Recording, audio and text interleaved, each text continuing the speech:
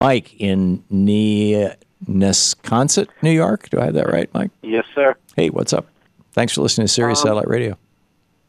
Thank you. Yes, Tom, I was just calling regarding your conversations with callers about the size of government, and it should be much smaller. I think you're then what? A little bit extreme than what it is now. I mean, okay. Which what part of government do you want to get rid of or shrink? I'm sorry? What part of government do you want to get rid of or shrink? Well, really, a lot of what our federal government is involved in should be left at the local levels. You constantly bring up fire, police, education. Right. These are things for cities, states, local communities to take care of. The federal government. So what you're saying is, I mean, because we have a situation right now where you've got mostly Republican red states that for every dollar they send to Washington, D.C., they get back $1.10, $1.20, $1.30, and mostly blue Democratic states, for every dollar they send to Washington, D.C., they get back 70, 80 cents. And the reason for that is because we as a nation have decided that if somebody is born in poor, rural West Virginia or Mississippi, that they shouldn't have to go to a crappy school just because they live in a poor neighborhood, and that they should have, at the very least, some minimum quality of education that is not that dissimilar from what somebody living in, a wealthy suburb of San Francisco or New York would have. But you're of the opinion that if somebody is unlucky enough to be born in a poor area, just to hell with them, right? No, I'm saying that money should not be going to Washington to begin with. Much of that money, not that nothing should be going to Washington, obviously, but much of that should be left in the local states to fund these schools, to provide for these schools. But West Virginia doesn't have the money. You've got communities, you've got counties in this country where you've got unemployment rates that are over 50%. Well, now, where are you going to get the money to have a school?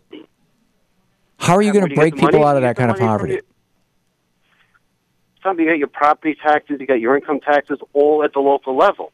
Okay, and people who don't have jobs. Just because you have a good idea for the federal government doesn't mean that it should be done. There are a lot. Mike, I think you don't understand how this works. Yeah, I do. We have a constitution with enumerated powers. If you want them to do more, pass amendments. But okay, so what is the very first enumerated power?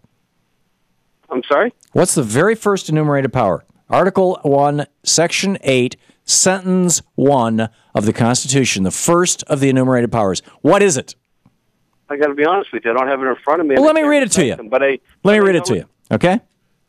We can have a conversation about this. Article 1, Section 8, these are, in fact, it's titled Powers Granted to Congress. Congress shall have the power to lay and collect taxes, duties, imposts, and excises, to pay for the debts, and provide for the common defense and general welfare of the United States. Now, tell me how somebody being born in poor, rural West Virginia, where you in a county with a 50% unemployment rate, and basically no money to fund education, how their welfare, the general welfare of that county, is not at risk. Okay, first of all, welfare is not an open-ended clause, okay? You can't do anything you want and call it welfare, okay? Even though it may be a good idea, you can't just do it. There are still rules of what you can and can't fund. Now, my heart bleeds for certain people, but you know what? You could move. You could move to a place where there are better jobs, where you could earn more money and go to a better school. Personally, I think there should be if you had enough money. Well, let me. Okay, since we're discussing the term welfare, okay, in the Constitution, one of the guys who was at the Constitutional Convention was Alexander Hamilton. You're familiar with Alexander Hamilton, first Secretary of the Treasury. He was one of the two delegates from New York State. In fact, he gave one of the opening speeches on the first day of a Constitutional Convention. This is what Alexander Hamilton had to say about the term general welfare. And this is from his report on manufacturers to Congress in 1793 when he was Secretary of the Treasury. Quote, the terms general welfare were intended to signify more than was expressed or imported in those which preceded. Otherwise, numerous exigencies incident to the affairs of a nation could have been left without a provision.